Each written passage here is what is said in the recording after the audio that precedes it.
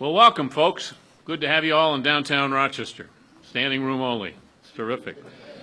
It's an honor and a privilege to welcome Governor Cuomo back to Rochester. Governor makes it a habit of coming here, and we appreciate it. We enjoy him every time he comes. And I'm grateful, particularly, that he brought the Lieutenant Governor back off the thruway so we can get a good look at him. He looks pretty much as we left him, I think. You're holding up very well. You're holding up very well. The couple people I want to acknowledge, there are others who will be acknowledged later. I believe that the City Council President, Lovely Warren, is here somewhere, I think. Oh, hi, Lovely, there you are. Yeah. We've got Jack Marin from Ontario County is here. Jack. Mary Pat Hancock from Genesee County. I see you, Mary Pat. And, of course, Maggie Brooks from Monroe County Executive is here.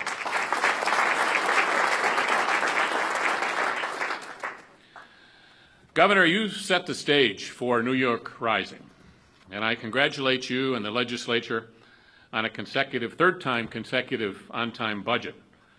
It's important to demonstrate that state government meets its obligations on time, as the rest of us need to.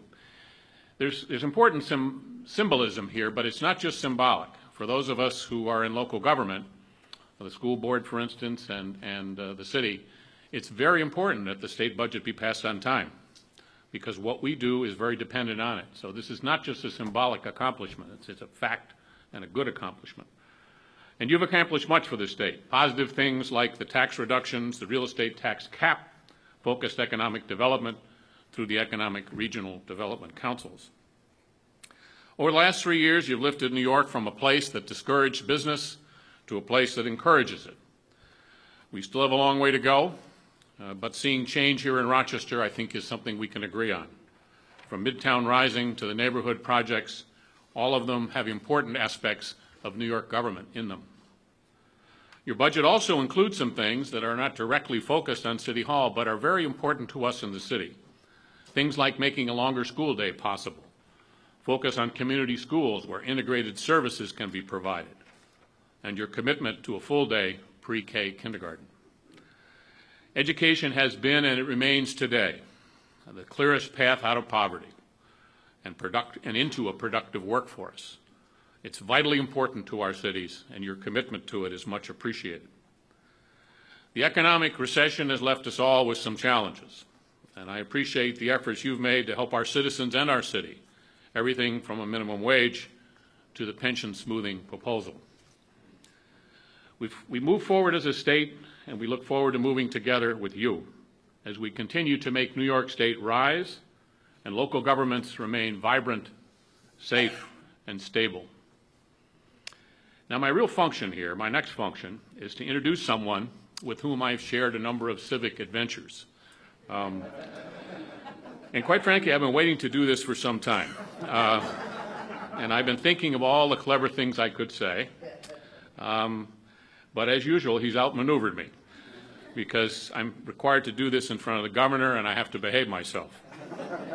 So perhaps another day, but for today, I want to say, ladies and gentlemen, it's my personal pleasure to welcome back to Rochester my predecessor and a great friend and citizen of the city of Rochester, Lieutenant Governor Bob Duffy.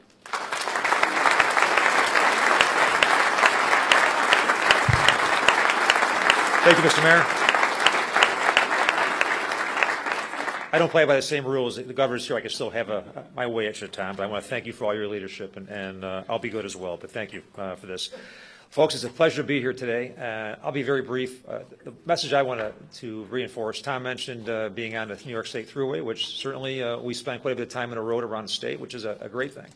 There are some people in the second row that I spent quite a bit of time going back and forth to Albany with many years ago, and I think we all felt the same way. We came back home, sometimes frustrated, sometimes not feeling like we should get some of the things that we need to get here, and sometimes worried about what did not happen there. And then we have a new governor who came in, and I'll say this, leadership matters, because since the day Governor Cuomo came into office, things have changed. It has changed dramatically. It has changed the way Albany works. It has changed the way people work together. It has changed the way the entire system has worked. And one person has come in And while a lot of the other players did not change, it shows you how one person can make a difference. And we witnessed that, and I've had a pleasure of witnessing that. See it firsthand every single day. It's not something that is a story for the media. It is a fact. It is a reality. And I think what's happened this year with the budget, third time in a row, is just one more reinforcement of what this man has done for the state. He has got government working for the people. And again, Rochester is not a place that's strange to this governor. He is here. He's been here consistently. He's been around this state, through upstate consistently. And that's something I have not seen in my career up to this day. And it's a pleasure to be on his team. It's a pleasure to work with him every day. One of the opportunities I've had in this position is to work with the regional councils. Regional Council in the Finger Lakes, led by Joel Seligman. I'm not sure Joel is here anywhere. Joel's right over here, the great president of the University of Rochester. I want to recognize Joel. Joel, stand up.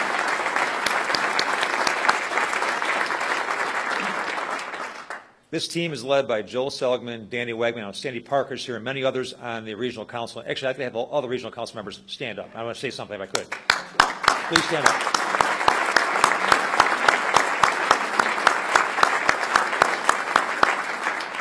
These men and women were the #1 winner this year in that competition from all the areas around the state. A phenomenal job, great professionals, but the most important thing, we have great people working on the regional councils. But one thing I'll say about this governor has changed the whole landscape economically in this state by making these councils a reality. You have people working together that did not know each other before. You have a team in each one of these regions. Our region won #1 last year based on this great talent and hard work. But that's one of the greatest legacies this governor will leave behind is what he's done for economic development. It has changed the entire process across New York State. It really has. And I think the best is yet to come. Next, it gives me great pleasure. I know you're all wondering, what will I say about Senator Roback when he comes up here? The governor is waiting with anticipation what I'll say, but I'm going to fool you today because I want to say that, I've known Joe Roback for many, many years. I've had the pleasure of knowing him, going back to high school times, knowing him and knowing of him. This man is one of the hardest working public officials out there. He is everywhere. He shows up everywhere. When I was with Mayor Richards' position, he was so good to this city, especially in terms of getting funding for youth programs. So it gives me great pleasure to welcome to the stage our senator, a great senator, Senator Joe Roback. Joe.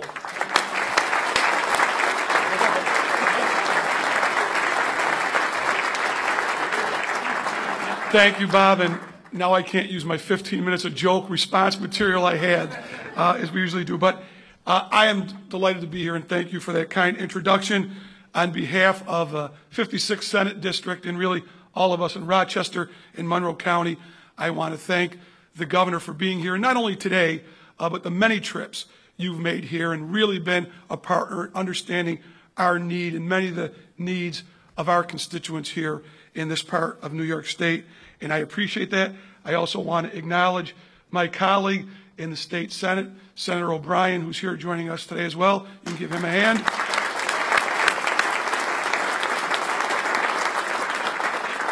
And there is no doubt that over the past several years, the governor is really making state government work better, more efficiently, and more inclusively of everybody, not only in the community, but even those of us in government, and it's really showing results in a very good change. Really, for the first time in my career as a public servant, we really see state government living up to its full potential and being very inclusive and open. For those of you that know me, I've always, and for very good reason, been a stickler that the budget really should be on time and kind of rejected that notion that content is everything and timing is nothing. People in everyday jobs have to go out and get their job done on time, and so should we in the legislature. The governor has really done that, and for the last 3 years, his entire tenure, we've now had for the third year in a row a budget done on time, openly, with a lot of input from everybody, and I think that's cause for celebration. I want to thank you, Governor. Absolutely.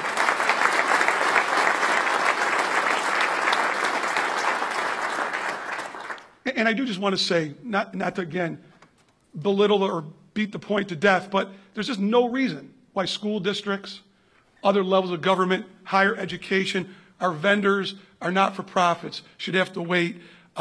Whatever challenging decisions we have to make, we can make if it's the collective will to sit down and do it. And because of this governor, we're doing that now.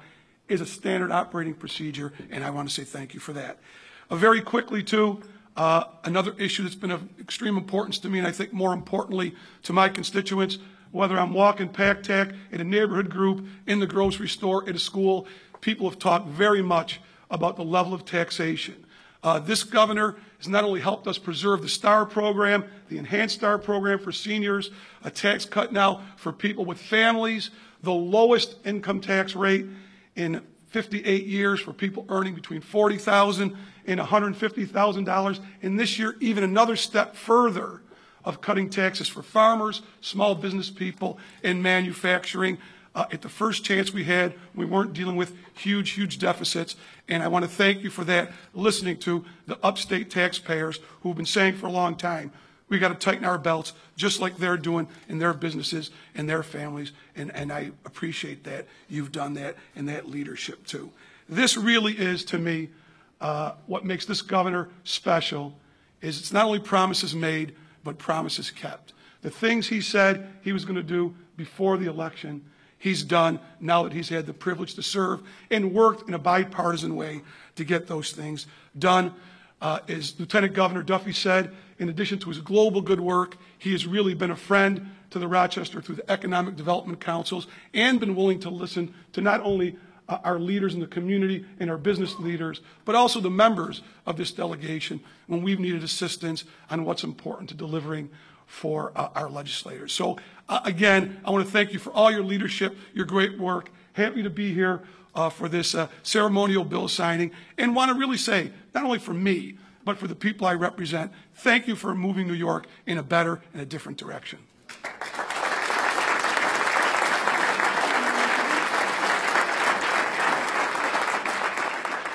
It is now my pleasure to introduce my longtime colleague in the state legislature, the newly named Majority Leader of the New York State Assembly, Joe Morelli.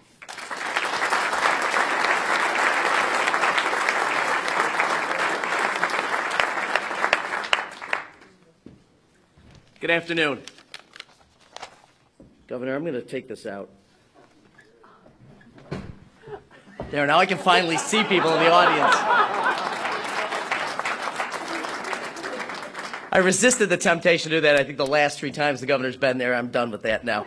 Now, instead of the pictures that people take of me, they see the top of my head and the microphone. Now you'll be able to see my face. So I'm delighted to be here. First of all, thanks to my good friend, longtime colleague, Joe Robach, who said he was going to make some disparaging remark about my college education at Geneseo.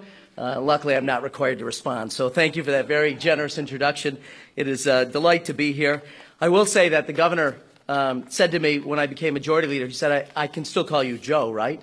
And I said, for you, Governor, it'll be Mr. Leader. And he said, not so much. So, but it is great to have him here. I want to reflect also on something that Joe said and the Lieutenant Governor said, and that is someone asked me just yesterday, we're in the middle of now 3 years of on-time budgets where we haven't raised taxes, we haven't borrowed money to balance them. And the person said, what's changed? I mean, it's a lot of the same people. And I said, it's 2 words, Andrew Cuomo.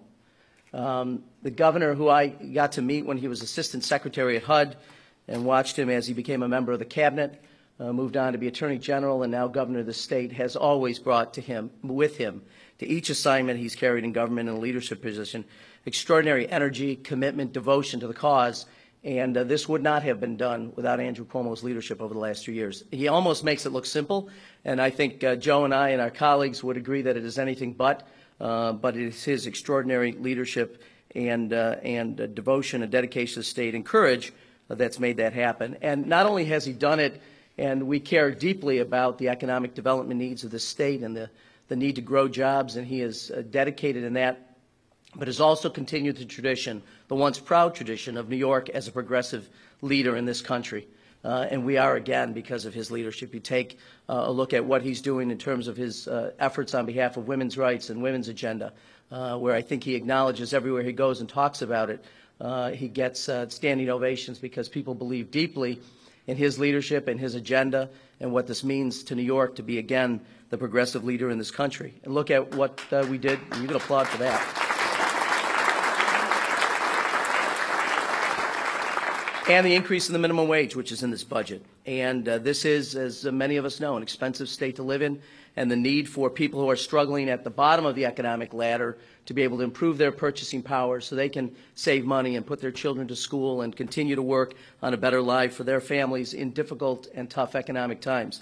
And it's his commitment to that, to promoting economic advancement and mobility, and making sure that people share in the New York dream, which has really become the American dream, and to reestablish New York as the progressive capital of the world. And I want to thank the governor not only for his budget, but for leading that progressive cause. And it is now my great privilege and honor to introduce a longtime friend, an extraordinary leader in this nation, and the great governor of the state of New York, Andrew Cuomo.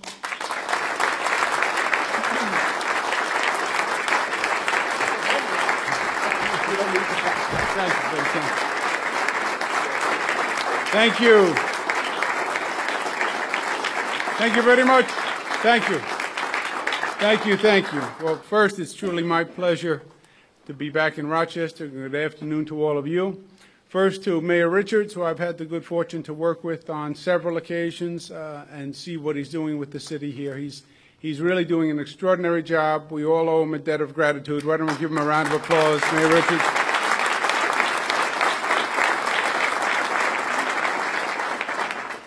Lieutenant Governor Bob Duffy, when he says leadership matters, that is the definition of Bob Duffy. Leadership matters, and leadership is Bob Duffy. I tell you, I was always so impressed with him when he was mayor here, and I would meet him as Attorney General, and we'd come up and we'd do whatever we were doing. And I always walked out of the room impressed with Bob, and I was so sure that he was going to just knock them out as Lieutenant Governor, and he has. And what a service he does to the state. He does economic development, which is probably the single most important job that we do, but he can do anything at any time that this state needs. And he's just an extraordinary public servant. I know you know that. Bob Duffy, give him a round of applause.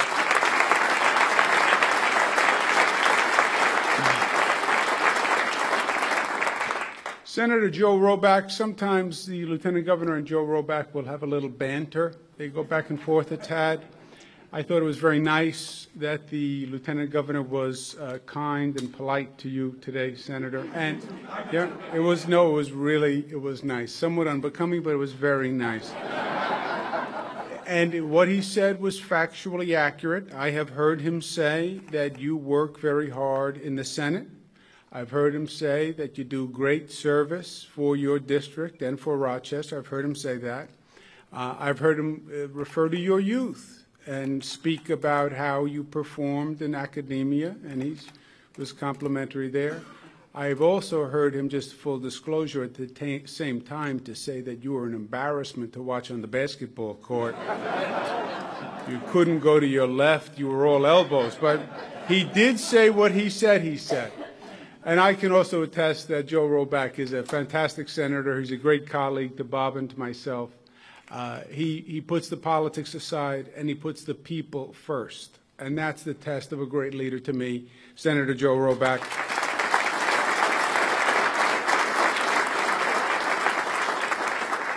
Assemblyman Joseph Morelli. Now, I know Joe for a long time, and that's why he got this big promotion. And no, it was the promotion he pulled out and was standing on, actually, when he got behind the podium. But he got a big promotion, and then he sent out an email. Now, I know Joe many years, and I got an email, and it said, I am no longer Joe Morelli. I am now Majority Leader, and I should be referred to that way. And then the email went on to explain how to refer to him in a formal setting where you would have said, Mr. Morelli, you now call me Mr. Leader. In an informal setting, if we are on a first-name basis, you can refer to me as Majority.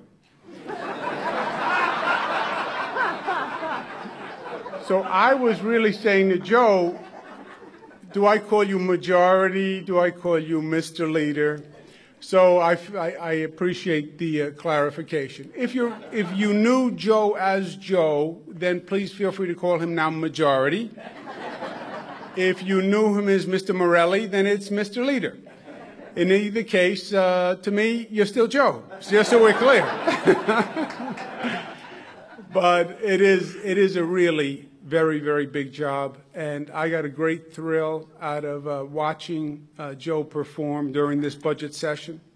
I mean, he literally runs the proceeding as the majority leader, and people are getting up to speak, and people want to be acknowledged, and you have to have the vote move along, and you have to have the discussion move along, and Joe runs that entire process in a House that is not normally known for all decorum and protocol. It can be a raucous group, and Joe was really masterful on the budget process. Let's give him a round of applause, Joe Morelli.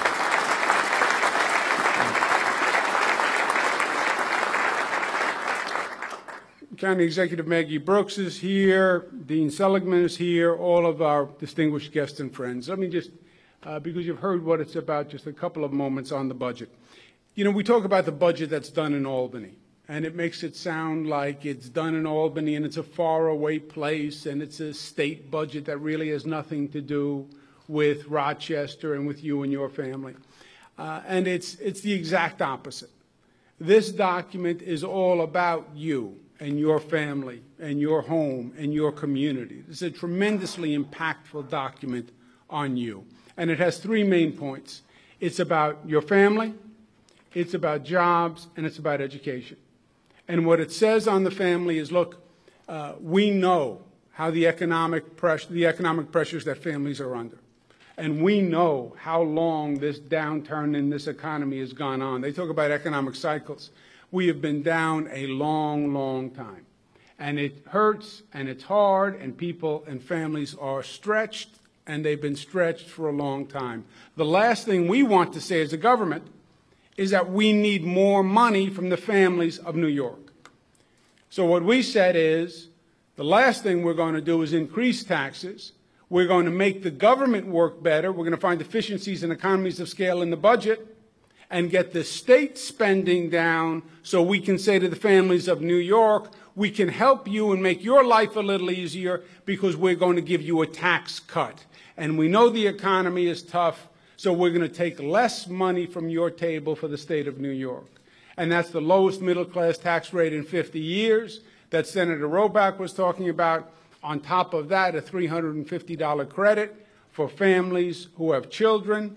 And it's our way to say, in a small way, we want to reduce the pressure that families have been feeling because for too long, New York has been the tax capital of the nation, and it's been putting its hand in the pocket of the taxpayers too long and for too deep. So first we start with a tax cut.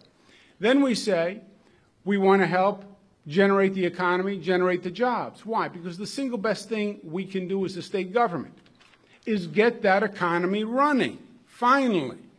If the economy is running, the companies are going to be paying tax dollars. That's the best thing we can do for Mayor Richards, is how people pay taxes to the city. The best thing we can do for the county executive is businesses paying taxes to the county. And the best thing we can do for an individual or a family is get them a job and get them a career and get them hope. Best thing we can do for a young family, a young person, is to say, stay here. Your future is here. You don't get on a plane. You don't have to go anywhere else. The future's here. You stay home, and home is New York. And that's what getting the economy running is all about. Two-step process. First, reduce the taxes. Make it easier for businesses to stay here. We've been talking for years about businesses are more mobile. They are. They will go where the economic environment is better. And if we're charging the highest taxes in the country, they will leave New York for a better climate. And by the way, they have. And they've been doing it year after year after year. We want to stop that.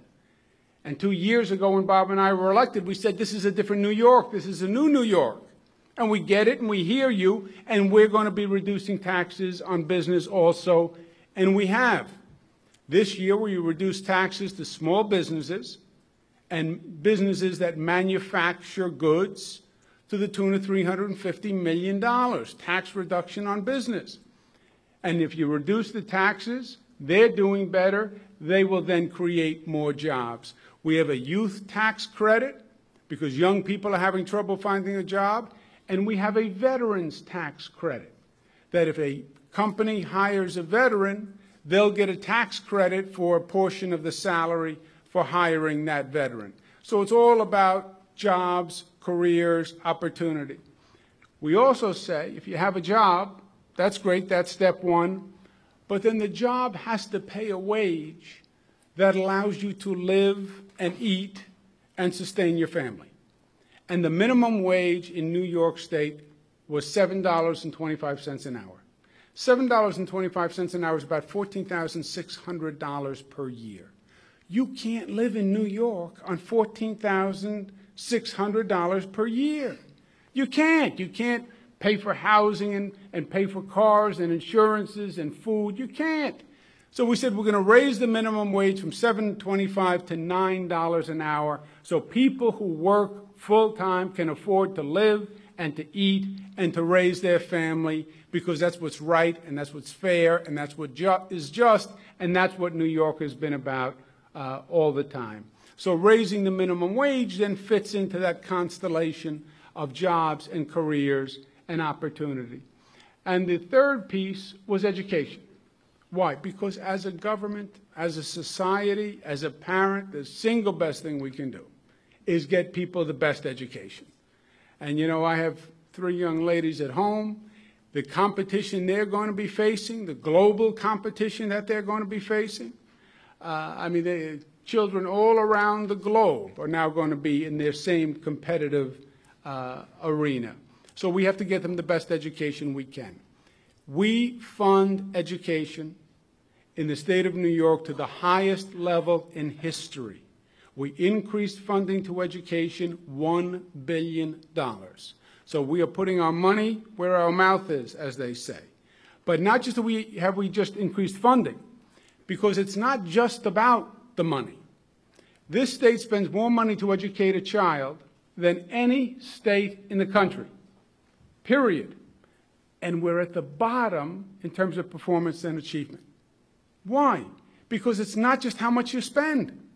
It's what you achieve. It's what you accomplish. Everybody knows this in their own life, the way you run your house. You don't just pay for a service, and the more you pay, the better the service.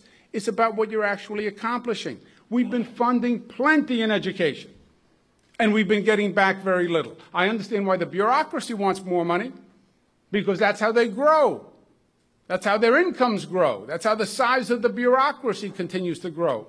But I'm not interested in growing the bureaucracy. I'm interested in educating children. So along with the investment, this year for the first time, there will be a statewide teacher evaluation system, a performance measurement system that every school in every school district will fill out, which will tell us for the first time ever what teachers are doing well, what teachers are not doing so well. The teachers who aren't doing so well, we'll get them the help they need. The teachers who are doing well, let's find out what they're doing, and let's model that, and let's copy that. Let's give bonuses to teachers that are doing well, and let's give more assistance to teachers who aren't. Teacher evaluation system is the greatest reform in education. We've been talking about it for many, many years. And the school districts were resistant, and the unions were resistant, but this year it's going to happen finally. And our children deserve it, and it's going to reform education in a way it hasn't been reformed in decades and decades in this state. It's long overdue, but it is well needed, and we're proud that that's part of this. We'll also have a bar exam for teachers for the first time to make sure they all hit a minimum threshold of capacity before they step into a classroom. And we firmly believe, as we said in the State of the State, that one of the keys for our students, if they're going to compete globally, is that the other countries are doing better, partially because the other countries educate their children more than we do. Their children just spend more time in the classroom. They have longer days, and they have longer school years. We're still dealing with a calendar that was developed during the agrarian period when the children needed off in the summer because the families needed them home to work in the fields. So we've challenged every school district. Have a longer day, have a longer year, whatever works for you. But if a school district does a longer day or a longer year, the state will pay 100% of the additional cost as an incentive to get them to do it. And that, if you want to talk about a different path in education, that is a different path in education for this state and for this nation. And my last point is this. You've heard all the speakers mention the 3 budgets on time. And you might say, so what? You're supposed to pass a budget on time. That's no big deal. It's not a big deal in the real world. In Albany, it is a very big deal, however. In Albany, for many, many years, the budget was late. And it was like an annual event. Every year, the state's supposed to have its budget done by April 1. And about 2 weeks before April 1, they'd start to say on the newscasts, it's 2 weeks to the April 1 deadline. Do you think that this year the state will meet the April 1 deadline? And they'd have people talking. It's 1 week to the April 1 deadline. And sources say they're cautiously optimistic that this year is going to be different.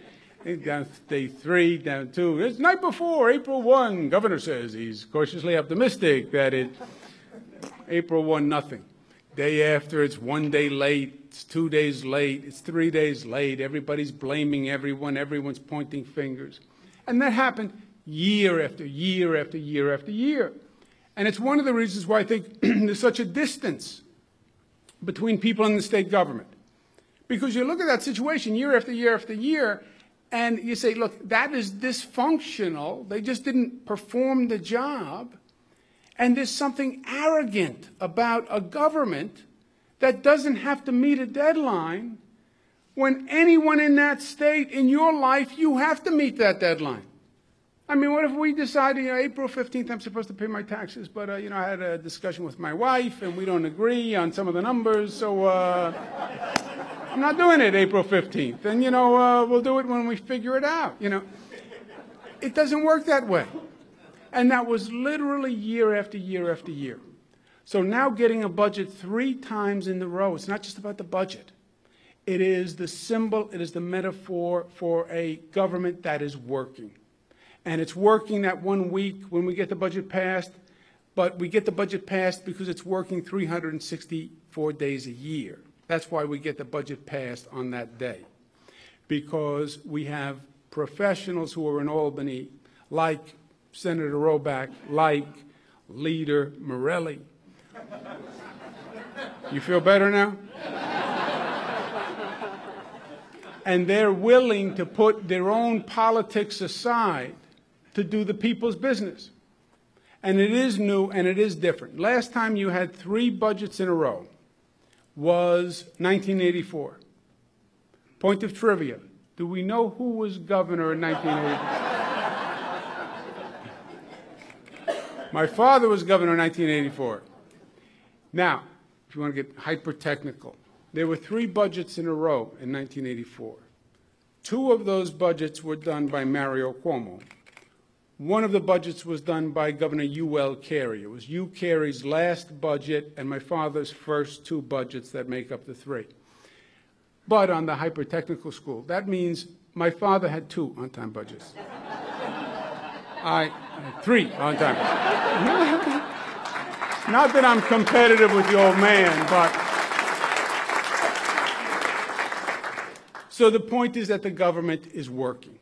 And why is that important? Because government, at the end of the day, what is government? What are we all trying to do? Government is just the collective vehicle for change. Government is just the vehicle that does for us what we can't do for ourselves, right? We say we're going to take care of our families, we're going to protect our families, we're going to do for our children. Yes, but there are some things you can't do as an individual and as a family. You can't pave the roads. You can't have a security force. You can't be working with all those businesses to bring them in. So we form a government, which is just a committee, which is just a collective for us to do for our families what we can't do individually. So for it to work is vitally important because it's not a different entity. It's not about something else. It's us. It's us. It's about our future. It's about how we're performing. And at the end of the day, this all gets very simple. What do you want to accomplish as a government official, as a father, as a mother, as a citizen? You want to leave this place a better place than you found it. You want to leave this place a better place for your children.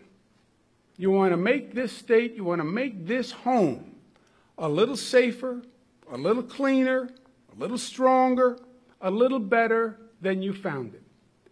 And that is the fundamental responsibility for every person in this room, to make their children's lives better than their own.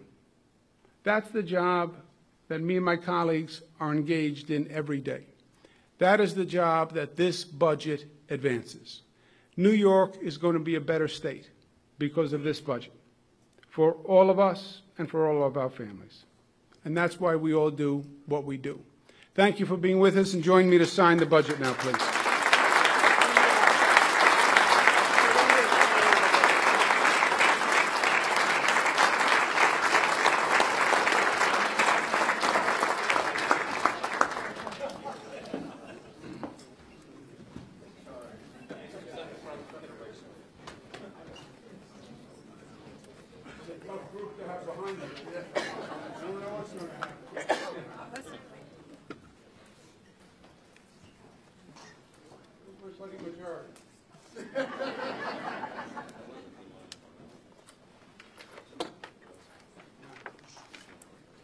How cool.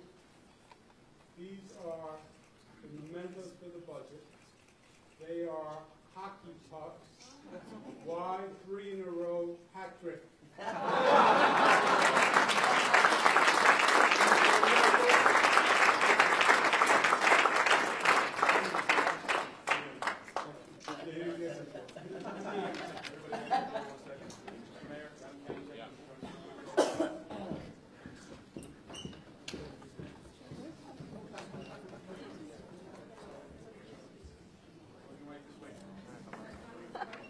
Thank you.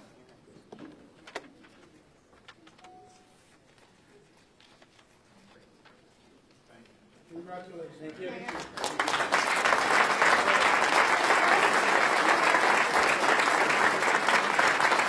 Folks, let's give Governor Cuomo a big Rochester welcome. That concludes our presentation. Thank you very much.